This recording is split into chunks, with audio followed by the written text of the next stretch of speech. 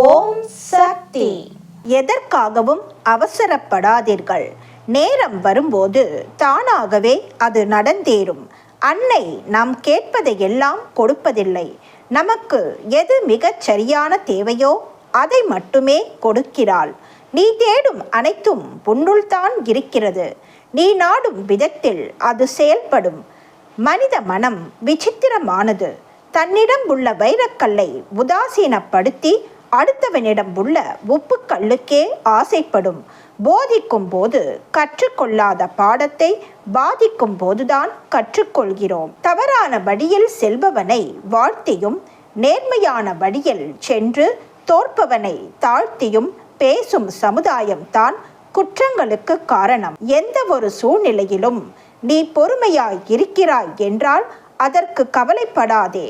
அது மண்ணில் விழுந்த விதையின் குணம். வெளித்தோற்றம் பற்றிய கவலை வேண்டாம். ஆனால் உள்ளம் எப்போதும் தூய்மையுடன் இருக்கட்டும். சந்நியாசம் என்பது நான் என்ற எண்ணத்தை துறப்பது மட்டுமே தவிர புற பொருட்களை நிராகரிப்பது அல்ல. உங்கள் சுமை உலகத்தின் பாரத்தை எப்போதும் பிரபஞ்சத்தை நிலைநிறுத்துபவரால் சுமக்கப்படுகிறது. இதை நினைவிற்கொள். பராசக்தி அம்மா உன் வாழ்வில் செய்ய நினைத்தது எதுவும் தடைபடாது. ஆகவே எதை குறித்தும் கலங்காதே. ஓம் சக்தி. பலர் தயாராக உள்ளார்கள். பணத்தை கொடுத்து இங்கே தொண்டும் செய்வதற்கு பலர் காத்து கொண்டிருக்கிறார்கள். இப்போது உனக்கு கிடைக்கிற வாய்ப்பையும் கொடுக்கிற வாய்ப்பையும் நழுவ விடாதே. எதிர்காலத்தில் தர்ம ஸ்தாபனங்கள் பலவற்றை அமைத்து கொடுப்பேன். எனக்கு ஆலயம் கட்டவோ அந்த ஆலய வளர்ச்சிக்கு வழிவகுக்கவோ உங்களால் முடியாது. என் இடமோ சுடுகாடு. அதனால் தான் வீட்டில் பிறப்பை வைத்தேன், வெளியில் இறப்பை வைத்தேன். மண்ணை பிசைந்து உங்களிடம் ஒப்படைத்து விட்டேன். அதனை குரங்காக உருவம் கொடுப்பதும் தெய்வமாக உருவம் கொடுப்பதும் உங்களிடம்தான் உள்ளது. நான் கூற வேண்டிய கருத்துக்களை கூறிவிட்டேன். அவற்றை ஏற்று நடத்த வேண்டியது உங்கள் பொறுப்பு. தர்மம் அழிகிற போது அதர்மம் தலை தூக்கும். அதர்மம் தலை தூக்கும் போது அழிவும் தலை தூக்கும். அதர்மம் என்னிடமிருந்து தப்பிக்க முடியாது. இயற்கைதான் சக்தி. ஆடுவதும் நானே, ஆட்டுவிப்பதும் நானே, ஓடுவதும் நானே, உடைவதும் நானே, விளை நிலமும் நானே, கலர் நிலமும் நானே. பணம் பிணத்திற்கு சமம் என்ற காலம் வரும்.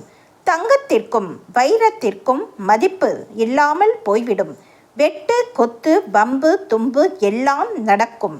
வசதி படைத்தவர்கள் தங்களுக்கு பெரும் புகழ் கிடைக்க வேண்டும் என்று பாடுபடுகின்றனர். ஏழைகளோ வயிற்று பிழைப்புக்கு உழைக்க வேண்டுமே என்று நினைக்கிறார்கள். நல்லவனெல்லாம் கள்ளனாக மாறி வருகிறான்.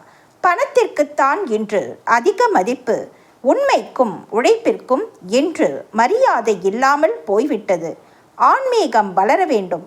கூட்டம் கூடி வழிபாடு செய்யாவிட்டால் வீடு காடாக மாறும். உனக்கு இப்போது வந்து வாய்த்துள்ள சொந்த பந்தம், வீடு வாசல், மனைவி மக்கள், பேர் புகழ், வசதி வாய்ப்பு எல்லாமே இடையில் வந்தவை, இடையிலே போகின்றவை.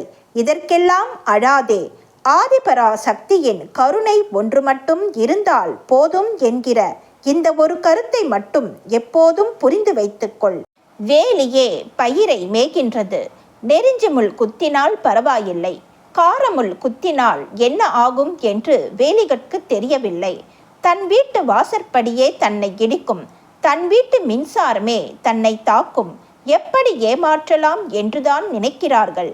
வருபவர்கள் எல்லாம் ராஜாவாக வேண்டும் என்று நினைக்கிறார்கள். தெய்வம் ஒன்று இருக்கிறது என்ற அச்சம் இன்று எவனிடமும் இல்லை. சட்டத்தின் பிடியிலிருந்து தப்பலாம். இந்த சக்தியின் பிடியிலிருந்து எவனும் தப்ப முடியாது. அன்னையின் அருள்வாக்கு. என்னுடைய அருள்வாக்கு என்ற பாத்திரத்தை பயன்படுத்தி எதிர்கால வாழ்வினை அமைத்து கொள்ள வேண்டும். எல்லோருக்கும் பகிர்ந்தளிக்க வேண்டும். அன்னையின் அருள்வாக்கு. Please share and subscribe. Om Sakthi.